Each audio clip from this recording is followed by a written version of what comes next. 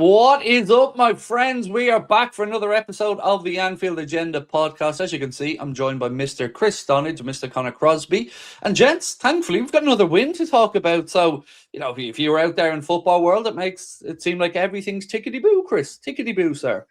Yeah, absolutely. I mean, it is all we were asking for, wasn't it? When we were going through the sort of the rut of results was just getting a positive result. And we have been doing that. Obviously, there's more to dissect than that. But yeah, you have to tip your hat to the players and to the manager for securing those results because, my goodness, we needed them. We definitely did need them. And Conor, before we get stuck into it, look, it is good that we're now unbeaten in 5 games. And of course, that needs some context, which we'll get into. But I'll take it at this point, mate. Yeah, look, you could say we should have won more of the games. But look, 5 games unbeaten, can't complain too much. We will complain, of course, but we can't complain too much. It is definitely starting to turn. Whether it's going to turn fully or not is another question, but definitely better to be sitting here after 2 wins and a couple of draws than the previous 5 results before that. Definitely 100%. Well, Chris, we've been asking to start games quickly, and Ekitike and Joe Gomez gave us a bit of a Christmas miracle, mate. I don't know about you, but I was beyond shocked to see us have the ball in the net after 1 minute. I know, yeah. It usually takes 45 minutes for us to kick into gear, but no, yeah, brilliant. Real bit of just sort of instinct from Ekitike, really, and from Gomez. He stuck his head where there was flying boots in, and he got in there really well, taking up some really good attacking positions. I know we'll probably speak about maybe if his injury was serious. I'm not too sure, but Ekitike, what a finish, man! That's a real striker's finish, instinctive, very Torres, very very Torres-like. Which is sort of music to my ears, really. A sort of tall, gangly striker creating space for himself. He is unbelievable, Ekitike. Yeah, really happy to see him get a score sheet after 46 seconds. Yeah, 46 seconds. I mean, it almost makes up, Conor, for the Manchester United goal that we conceded inside the first 63 seconds, I think it was. But do you know what I liked about that goal, Conor? It was all the good things about Liverpool. So it was our forwards pressing their fullback into a hurried clearance across their own goal. Then you've seen our right back so far up the pitch, so advanced that he's winning a header on the edge of the 18-yard box. And then, as Chris said, our striker in there with an instinctual finish into the roof of the net. That was the type of goal that really made me smile because it reminds me of the good days under Jurgen. Yeah, definitely a nice turn of pace, isn't it? Like you said, like the intensity just to close down, the fact we can actually capitalize on a mistake. Like we have a striker who has a brain now. How nice is that? Like instead of Darwin Núñez last year, like it's just like you said, instinctive finish, fantastic finish, Torres-esque. Like he does really seem like a blend of Torres and Firmino, which is just you couldn't ask for much more. In fairness, like he's just been so good. And like you said, that's 46 seconds of madness at the start definitely encapsulate what we would like to see more of definitely in the next few weeks.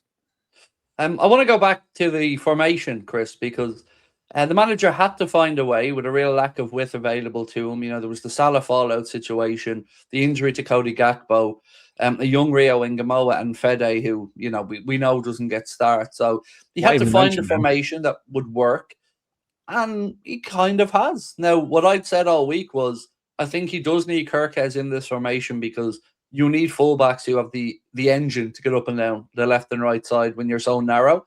And I thought, again, it worked. Now, there are still flaws in the system, which we'll get into, but you've got to give the manager a little bit of credit for that, mate. He found a way to get everybody involved and make do without the natural wingers that he didn't have available.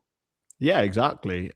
Systemic changes were needed. I think when you think back to those Forest, PSV, Leeds, Brentford games, we just looked, far too open. I'm not saying we didn't look open in this game or previous, but yeah, we needed to make some sort of change because it wasn't just personnel. There was clearly something going on, and there needed to be a real big change. And yeah, I think the way that it incorporates, the Wirtz and Szoboszlai together, I think especially when they're in the midfield positions, is really, really cool. And also just Ekitike in general, man. Like get him in attacking positions, in front of goal, and he looks like he's not going to miss.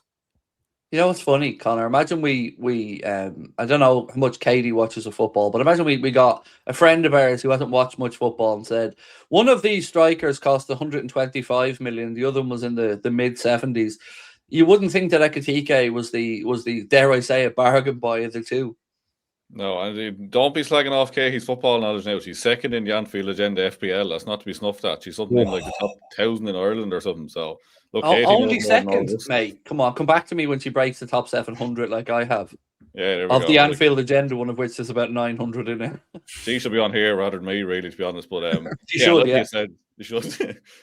Like you said, yeah, if you're picking one of them to be world record breaking transfer fee, like it definitely isn't Isak at the minute. Like Ekitike has been on fire, and he just has everything, doesn't he? Like Isak, not to say he's looked one dimensional, but it does very much seem like he needs that service right at his feet. While Ekitike can do a little bit more in terms of dropping in, getting the ball, linking up play, getting into positions to take shots. Like he has it all. Like I can't even just like put into words how much it surprised me, because even looking at highlights of him last year when we were linked to him, I was thinking like he looks decent, but I don't know if it's really going to work. And it's worked better than absolutely everyone else coming in. So yeah, like you said, if he's miles clear of Isak in my opinion at the minute, and definitely looks more like the £130 million signing. I want to switch it up a little bit for a second, Chris, because yes, we will talk about the goals that we scored, but I want to talk about the one Alisson prevented, because it was a lovely little reverse ball from Brighton that got them in behind their defence. And there he was again, so many times. How confident do you feel in those situations where it's very Alisson-esque. You see him coming out with an angle, and then this very weird manipulating of his body happens where his leg goes one way, his body goes the other, and he somehow always smothers those shots. It's a beautiful thing. Yeah, it's almost like the strikers never really have enough time to compose themselves. It's very rare. Like these sort of situations, especially when growing up, you'd be like, oh, you always back the striker there. But it's sort of a bit like Peter Schmeichel, where he used to come out and completely smother the opponents. And Alisson does it a little bit more cleverly, I think. I don't think he's as reckless as Schmeichel was. I think he's a lot more calculated. It's genuinely a real shame, because we're speaking about Alisson and we always have done, but like the sad thing is he probably played about only 3/4 of the games he really should have done for Liverpool because of his injury record. And imagine how many more points we would have saved if he had been available for those matches. But yeah, look, what a good save that was. Closing down the angles. There was no real opportunity for the Brighton forward. So yeah, just great to have him back in the team, and hopefully he can just stay fit. So, Conor, 25 minutes on the clock. Joe Gomez goes down off the ball. It's worrying, because they're usually the ones you do concern yourself about when somebody goes down. It's not a contact injury. But then we look to the sidelines to see what the manager's going to do. And he brings Mohamed Salah up. And then I think Anfield gave its answer to all of it, because not only were they singing Arne's name, they were singing Mohamed Salah's name. Mo comes into the game, and look, I'll let you take it from there as to where Mo went in the game. But it was a fitting moment that I thought resolved the situation in a kind of naturally beautiful way. Yeah, in fairness, Joe Gomez done his job well there, pretending to have an injury, so we'd have this stage substitution, doesn't it? Like, people having that theory, I don't understand how anyone thinks that could possibly be true. But yeah, like you said, like that moment, I think, ironically, this has actually brought the good vibes back to the club in a bit. Like, it's kind of taken the heat off Slot a little bit. It's put the attention on Salah. Salah then comes back on as a hero. Everyone's happy. He plays well. He gets the assist. We win the game. Good vibes are starting again. He doesn't look like that was a goodbye to me, in all honesty, at the end. Like, some people are trying to say he looks like tearful and all this. Like, I didn't see that, in all honesty.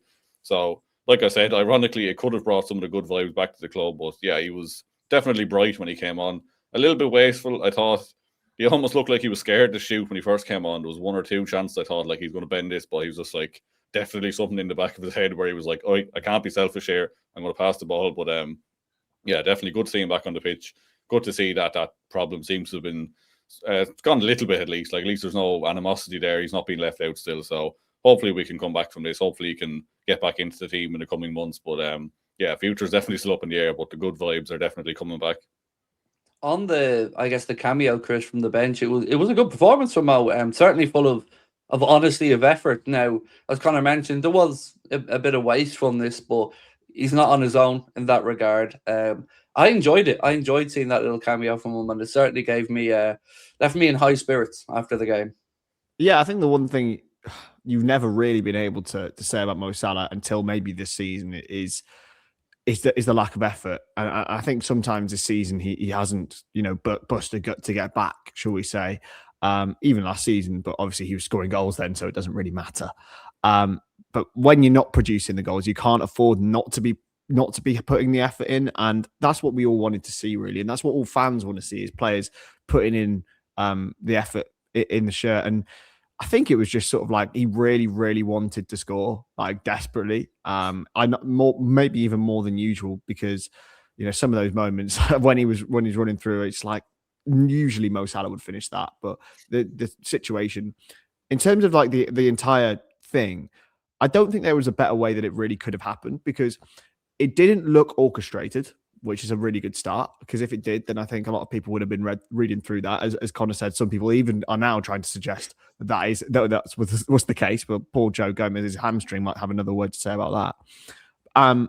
The manager comes out of it well, because it's clear that he's had a conversation with Mo, and that he's probably come out on a good side of it. And Mo Salah comes out of it well as well, because of the performance. So actually, the only losers here are the media, and the way that they're going to have to try and drum up a story out of it, because it's actually been quashed so well. So credit to both of them, and credit to the crowd. I did not see this happening, to be honest with you. So what I take away from that is Chris is calling the media losers, Conor. Yeah, I got that too. Yeah, I am. The good folk at the Echo will have something to say about that, Mr. Stonage. But it's true. It's true. Like, realistically, how can anyone draw a story out of it that isn't positive? I just don't think that anyone's going to be able to succeed in that notion, because they've come out, and I include myself in this. I didn't think there was any resolution to the problem, but this sort of seems like it is. I don't know about you boys, but I actually feel like it sort of has taken away from the last couple of weeks and given a positive vibe back to the club. Well, it is further down the agenda, but let's bump it up and have that conversation now. Conor, what do you think? Do you feel like everything is resolved? Because I've got to be honest with you, I'm absolutely on the fence as to what on earth has actually gone on, is going on, and what the future may be. Very happy with the way it played out on Saturday. Definitely happy on that. But there's still a part of me that feels the situation hasn't really changed with regards to the amount of football Mo's going to want versus maybe the amount of football Mo's going to get. And I think if he goes off to the AFCON and Liverpool continue to get wins together, I don't see a world where he's going to walk back into the starting 11 as soon as he returns. And that's, again, where I think we may have some issues here. So we don't know what was said between himself and Arne. We know apparently there was a handshake, and we've seen that obviously he was back in contention because he played. But I'm just not fully convinced yet we've heard the end of this. Yeah, I can see where you're coming from with that, to be fair. Like, if we go on a 5 or 6 game winning streak and then Salah comes back, he's not going to slip straight back into the squad or into the starting 11, because like he's already not at that point. So I fully understand that, but I think, like Chris said as well, like the positive vibes are definitely coming back after this like resolution that we've had so far, and I'd like to think it continues. In fairness, like I just don't think he'll be sold in January. I know that seems to be the thing that everyone's discussing at the minute, but I don't see it, because I think ultimately, like, his frustration is with not being on the pitch for Liverpool. He wants to play for Liverpool. He wants to score goals for us, and I think hopefully, like, it just ends up being extra motivation for him to break back into that team, because I don't think for a second that he's like finished or washed or any of this nonsense. But like you said, like, it will be interesting to see if we do go on a winning streak without him and he comes back and continues to be on the bench. I could see why he would be unhappy, but I'm choosing to believe the positive, optimistic side of this, thinking it will give him more motivation. Hopefully goes off now, wins the AFCON just despite Jamie Carragher, comes back in red hot form, slips back into the team, starts banging in goals again, and then everything's good again. But whether that happens or not is another thing, but let's hope that does happen. Would you concur, Mr. Stonage? Yeah, I can see your point. I don't think it's the end of it, but in the short term, I think it's definitely quashed a lot of the real animosity that was coming out, across. It was basically the frontline news for a week, wasn't it? Like, when I was working, everyone was coming up to me like, what do you think of the Salah situation? I'm just like, even people who don't like football, like, it needs to be quashed in the short term. I do think the long term resolution is yet to be there, but I think if we continue to win football matches, all problems get solved in the end. So, if I was to ask both of you a simple question, does Mohamed Salah leave Liverpool in 2027 on a free at the end of his current contract, or does he leave before then? What would you say? Because for me, my mind says we're not done in January, because I think there's small indications. So let's start with the posting of the most goals and assists in the Premier League history for one club. Mo posting that, I think, is still a reminder of where he thinks his status is and that he should be playing. And I don't think anything in that regard has changed. So I think there's still going to be a couple of interviews to come out when he's over at AFCON. The headline writers are still going to keep writing. Saudi are still going to be there. And the most important part in all of this, Chris, for me is if 100 million Great British pounds gets smacked down on the table and Mohamed Salah is even open to the idea, there isn't a single fibre of my body that doesn't think that's a good deal. No, you're probably right. It's whether that interest is there and whether the club are willing to do it. I think there will be interest. I don't think it will happen this January, to be honest with you. I still think that he's still seen as this guy who can produce for us, and maybe it is just a rut. But I think you'd be asking, if you're asking Michael Edwards and Richard Hughes the question, I think they'd be very much aligned with you. I don't know what Arne Slot thinks. I genuinely still think he sees a guy there that is capable of doing things, but the form's just not been there this season. And players still go through peaks and troughs, but it's whether Mo Salah has finally, after years of defying the odds, hit a buffer. And if the club as a whole thinks he has done, then that is a good deal. But if he's still a guy who can score his 20 goals a season, I don't think it is. Like you'd be paying hundreds of £1 million to replace that. 4 goals, Chris. 4. Yeah, but he still could. Don't worry. So, without trying to wriggle out of the question, do you think he's going to be here at the end of 2027 when his contract expires? No, is the answer. And I don't think it'll be. I just don't think it'll be this January. Conor, yourself? Yeah, I think I'd agree with a lot of what Chris said there. I think the summer is probably more likely, and I think it comes down. I think the club definitely would accept 100 million. I think there's no part of me thinks the club will turn it down.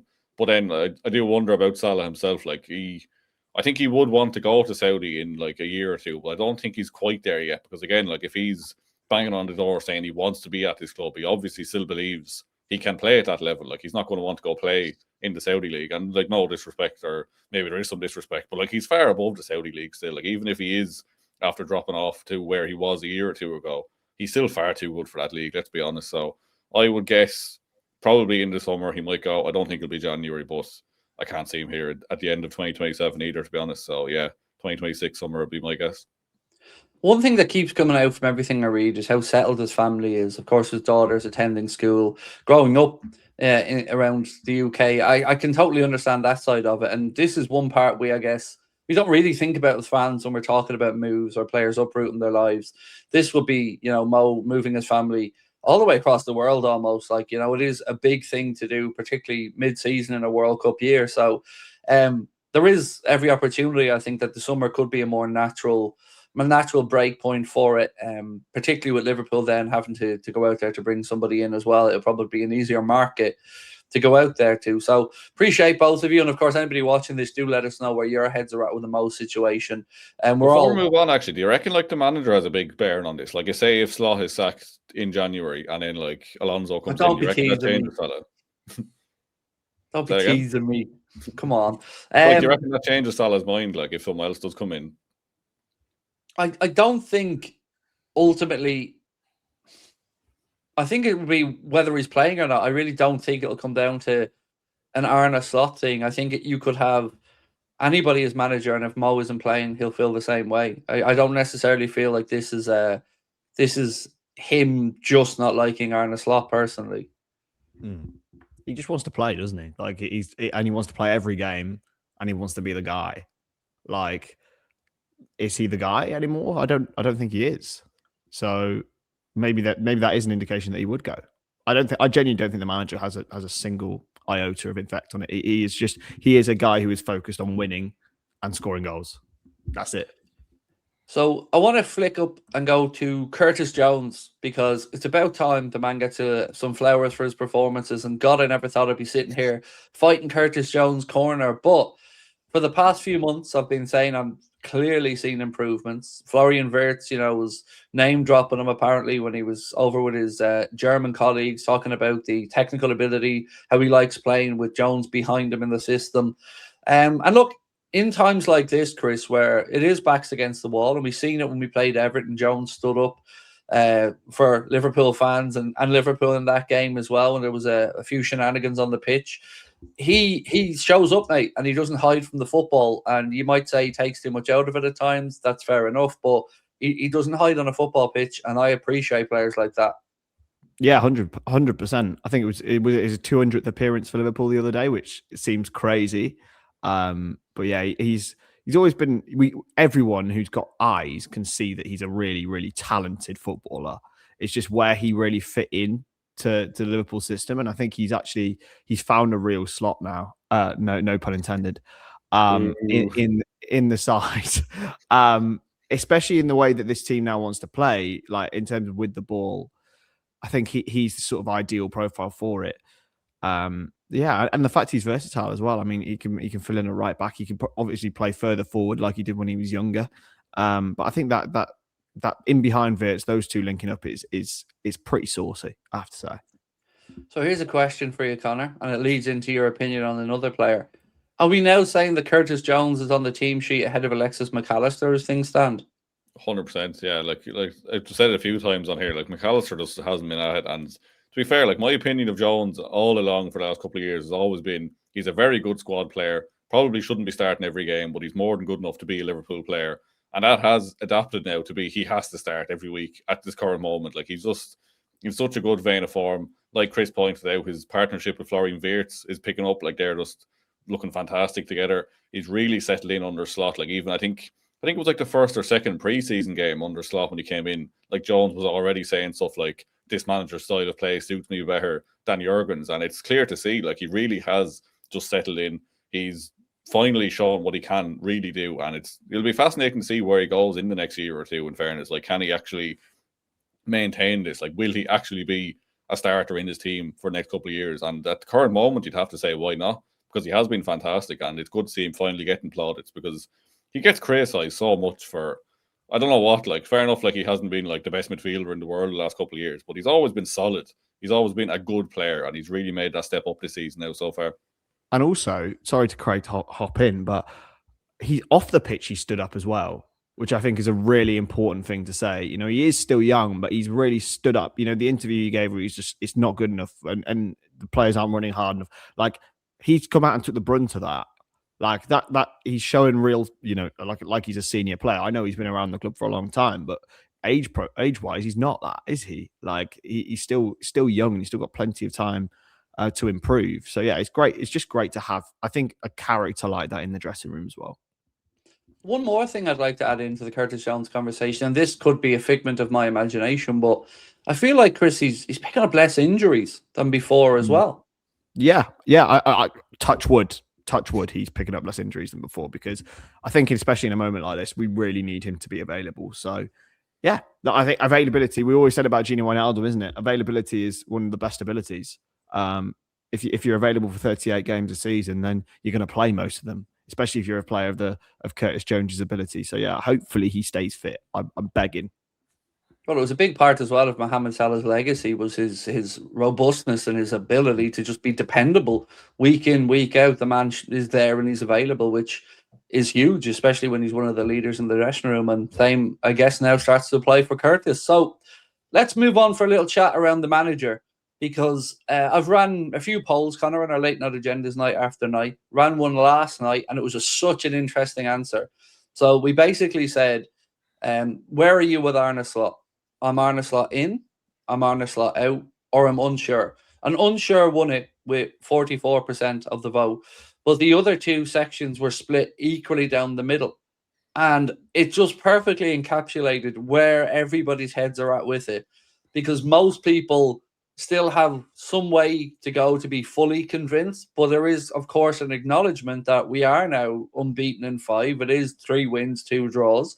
He has tweaked the system that seems to be giving us some performances, but there are still some defensive frailties in there. And I mean, the Brighton game's a perfect encapsulation of that, because they had more of an XG than us. And we know we kept a clean sheet, but I think even the most honest of Liverpool fans will say on another day, Brighton could have come away with a few goals there. So is this us starting to get a bit more of the rub of the green that Arne felt we were unlucky not to get before, or is it really changing for the manager?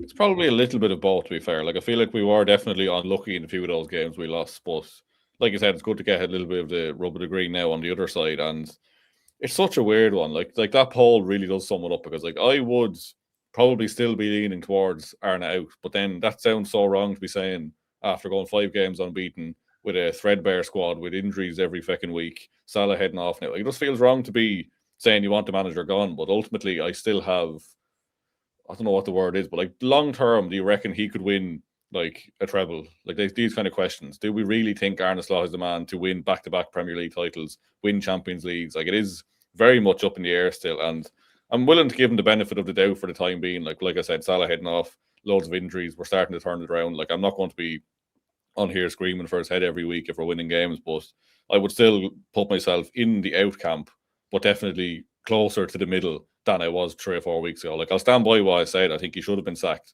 after the Forest game and the PSV game, but this is the situation we're in, and I'd have to just get behind him while he's here, really, to be fair. So I'll cool off a little bit, but I still will put myself in the half of saying he's not really good enough for the long-term future of the club. So before I come to you, Chris, I want to have my 2 cents on this one as well.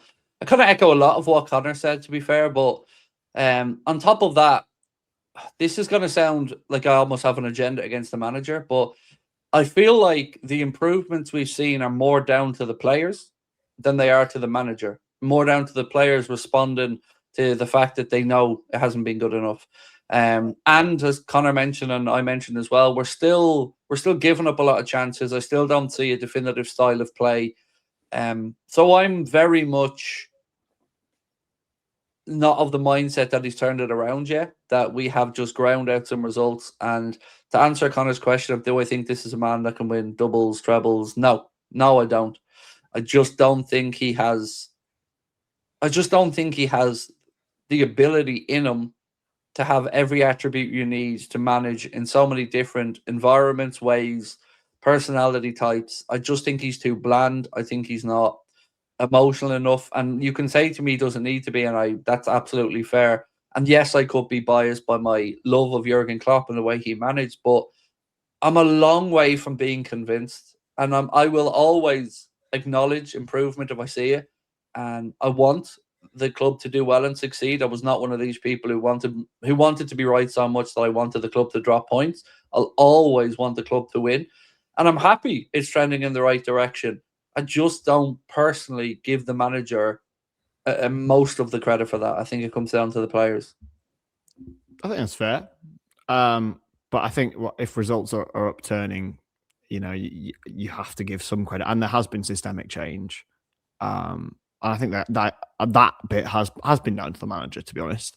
I did think the players just weren't responding, especially during those sort of 5-6 games, where we were just absolutely dire, and every time we turned up, we thought we were going to lose. But yeah, there has to be some credit. Do I think he'll win doubles, trebles? I'd hate to say no, because there's been managers, who've gone out there and won trophies who haven't been, incredible. Managers who, Jurgen only won 1 double for Liverpool in his time, and that was 2 cups. So it's like the situation is, if he did reach 3 Champions League finals, though. He did. As well. He did. Absolutely. And I'm not discrediting him for that at all, because we all, he's a godlike figure. But yeah, I think a lot of everything is down to the players as well. So yeah, I think we've just got to be patient now, because as I agree with Conor, I do actually think he should have been dismissed after those times. But now we have to just, if we're improving, we're improving. You can acknowledge one thing and still the other thing can be true. I really hope, and I said this before, I really, really hope it goes well, because I really like him. As I like the way that he operates. But yeah, I'm very much in the unsure camp. What I would say is, I think he genuinely is a good man and a good human being. He certainly comes across that way. The thing for me, though, is I just don't see a world where he's really stamping any type of identity on what we're doing. And I still think we're way too susceptible to conceding opportunities. I don't put as much faith in it being the amount of change we've had for the problems as others do, because I can point to Sunderland and other clubs who made a lot of changes, but still look better coached. And I have this thing in the back of my mind, Conor, and look, I can only speak for me on this, but I don't think that the connection to the Liverpool fans is anywhere near as truly deep as it should be for a manager who won the league last year. I do think even at that, there is still a sense of doubt about whether he is that guy. And I don't know how I can square off in my mind how much of that is comparing him to Jurgen, which is just a losing battle, or how much of that is just a natural different personality type. I just personally don't feel anywhere near as much of a connection, and I don't feel it from the fans. It feels as if the ones singing his name are doing so out of more a duty and a respect for their position as fans and the manager's role than an admiration and a genuine love. Yeah, I feel like it is a tricky one, isn't it? Like in terms of, like you said, like we're obviously going to compare him to Jurgen, which is an anomaly because like most managers aren't going to be a Jurgen Klopp, they're not going to be a Pep Guardiola, even in terms of what our expectations are. Like I think the last couple of years where we've seen teams getting 96, 97, 100 points to win leagues, like that's not normal. Like good managers should be able to win the Premier League. It shouldn't always have to be like the absolute fucking pinnacle of managers who win stuff. And I think like the last couple of years have skewed that just because of how good we have been under Klopp and City have been with Guardiola. So maybe it is just a case as well of our expectations are so sky high in terms of results, performances, the whole fan base coming behind the manager, the vibes around the club. Like we were so blessed to have that with Klopp, but like most football clubs don't get that and don't have that. So maybe it is a case of just too hard a comparison to compare to Klopp. But I don't know. It's just one of them ones like I can't remember what the original question was now, to be honest. But like you said, the fan base, yeah, I don't think he has the same buy-in because he's not the same character as Klopp ultimately. And then like you see the reports around the players having more of a connection with Johnny Heitinga rather than Arne Slot. Like I don't think he's just that personality that draws people in quite as much as a Jurgen Klopp. But then again, maybe we're just used to Klopp and it's not completely normal for that to be the case either. So I'm kind of torn on that one, to be honest. I don't know what the real answer is. I feel like we had a conversation a few weeks ago where we talked about it being a lot of little things rather than one big thing. And I can't remember what that conversation was specifically about, but that's kind of where I'm at with the manager as well. It's lots of little things that just kind of get me to have an uncertainty. But ultimately, gents, we are unbeaten in 5. So let's lean in and enjoy that. So Please. Little look ahead, Chris. Little look ahead to your boy Fede, the January transfer window, and what's going to happen. Because in an ideal world, Salah goes to the AFCON, Chiesa gets a load of minutes, everybody's happy, the Reds keep winning. But I don't think that's going to be the case. We've seen links in the January transfer window to, let's say, Antoine Semenyo and Bradley Barcola, 2 links that have come up recently. And in my mind, everybody's thinking Salah replacements. But in my head, I'm thinking Arne then dispenses with Chiesa in January, finally gets a player out that he's not given game time to, and brings somebody in that can maybe cover both sides. That's where I think the play is. I think if we do something in January in the front line, it's because they're going to try to find a way to move on Fede Chiesa. Not that I want it, not that you want it, not that Conor wants it, but it makes sense to me that would be the play. Yeah, I mean, even in the times where Salah's not been on the pitch, we're seeing, Chiesa just falls further down the pecking order. So, yeah, to be honest, I think his time is numbered, which is a real shame because I think it's been a bit of a waste of his talent. And I think, obviously there was fitness issues before, but there clearly isn't now, and he's continually being ignored. So I think that's just sorry to jump in, but let me just give you a quote from our manager. Okay. I like Fede as a man. I like Fede as a player. Directly from the manager in the last week. Make that make sense. I can get the man part, fair enough. Maybe you think he's a good dude. He seems like one, but I like him as a player, and yet you've basically frozen him out for 18 months.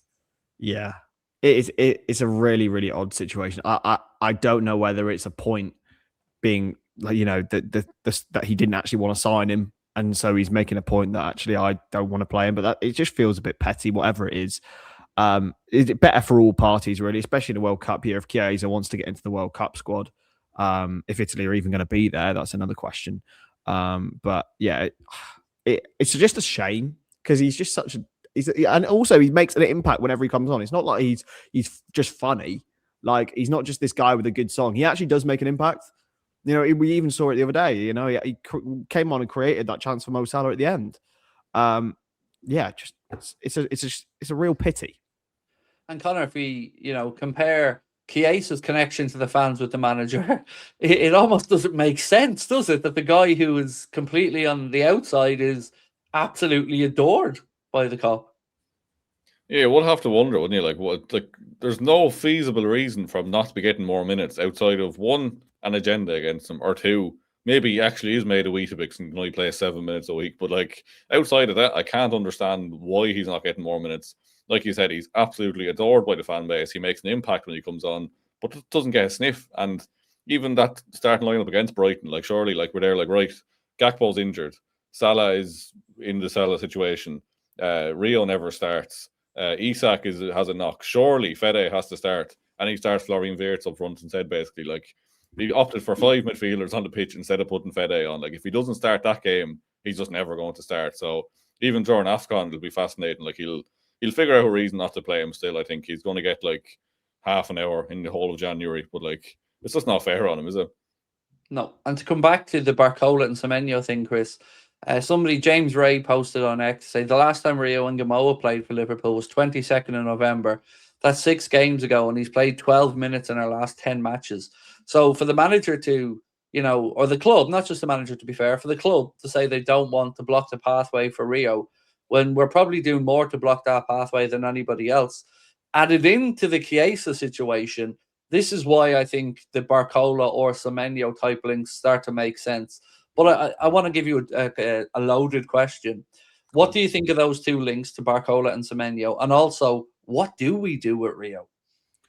Yeah.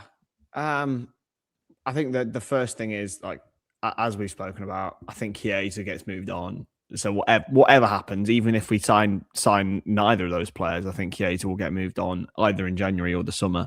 Barcola and Semenyo are both, exceptional players who will add something completely different to our attack. We've also got, as we mentioned, we're probably going to lose Mo Salah in the next 18 months. So those 2 players are then immediately replaced. Then what happens with Isak, Ekitike, Barcola, Semenyo, Ngamoa?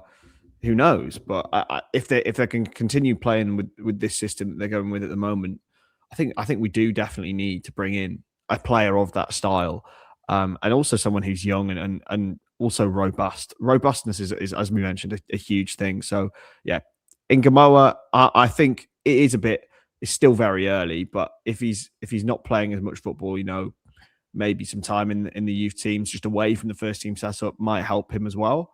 But no denying he's an incredible player. Like, my goodness, like we've seen it.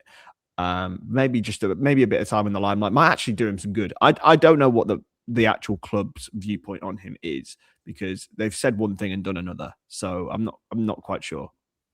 So if I had to push you on a Barcola or Semenyo preference, Chris, before I come over to Conor, what would you say? I'd go Semenyo. I would. And that's a Bristol bias coming out in you there, or no? It's I like Barcola, but I think Semenyo has.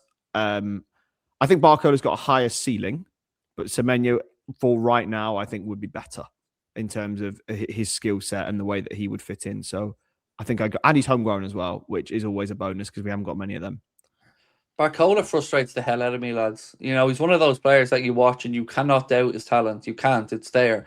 But my God, his finishing can be frustrating at times. And, it's almost like a wide version of Darwin to some extent. And how many chances does he need? There's no denying he creates a lot of them, and there's no denying he can be a huge impactful player. But I don't want to be frustrated again, Conor. I don't want to be frustrated. But on the other hand, mate, Semenyo slowed down.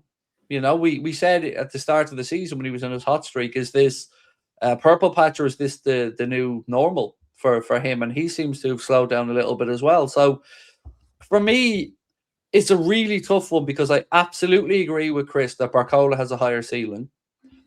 But Semenyo does have the 2-footedness that I like. He's physically bigger and stronger, right in his prime now at 25. Premier League proven and tested. It probably will come down to the numbers for me on both deals, but I'm probably agreeing with Chris that I'd be leaning to Semenyo, but neither of them would be the top of my list, if I'm being really honest about you. But what about yourself? It would be top of your list of interest then. Michael Elise. And did I mention Michael Elise? Yeah. Look, I know he's not gettable. I do completely understand that, but you know, if we're talking about the nearest thing we could bring in to have an impact in a wide position, I just think he would make sense all day, every day. That's fair. I think I'd rather Barcola, in all honesty, just purely for the European pedigree. Like, I know you said like he's frustrating as hell, but like I think I'd back the club to see something in the data to be like, right, he has all this and he's missing this, but we can really unlock that last piece. Because even like the stuff around Ekitike in the summer, like there was reports saying that like he kind of was top of the data in our research outside of everything other than actually putting the ball in the back of the net, and now he's come in, hit the ground running. So like I'd back the club to be able to unlock that last bit in Bradley Barcola. But I think Antoine Semenyo, for the price and the fact he's homegrown and Premier League proven, I feel like they'd probably edge towards him. And the fact like he has a release clause is much easier to get out, because like I don't know if Barcola would really leave PSG or not, or if it's just angling for a new contract, or I don't know what's actually going on over there. But I think Semenyo definitely a lot more feasible and definitely more realistic. But I think I'd rather Barcola over Semenyo if I had a choice. And really quickly, gents, the one position or maybe two positions that we are most in need of is probably a centre back and a DM. And not really much coverage in the media on either of those positions, and that worries me, Chris, particularly the centre back one coming into January. We've only seen, I think I saw the other day Endo being, touted for a move away. So that's a DM. That's a DM down. I don't know what. And also, what's going on with Bajcetic? Still sort of. I'm trying to find that out, mate. I've been asked that so many times. I'm embarrassed to say I really don't know where we're at with Bajcetic. I've probably seen about 2 photos of him since he came back. Obviously there's probably a fitness thing there, whatever. But come on, like this guy was class when he came into the side. It'd be great to have him available. But yeah, if Endo's leaving, then surely we have to bring someone in. But yeah, it is worrying. No sort of, not even, Fijajes links or whatever. Yeah, God, it's tough going when we don't even have those lads. That's a fair point, Chris. And look, we are closing in on the January window. We're not too far away now, so we'll do our best to find out what we can, folks. But for now, thank you so much to Conor, thank you to Chris, and thank you, of course, to you guys for listening and watching. We'll be back at some point after the Reds' victory away at Spurs. See, I'm buying into it now, lads. I'm positive, Craig. Fingers crossed we do, because look, they're not in a great point either. But we'll be back for a conversation either side of the Spurs game. But for now, thank you so much to Chris. Thank you to Conor. And again, we look forward to your opinions. We'll talk soon. Bye-bye.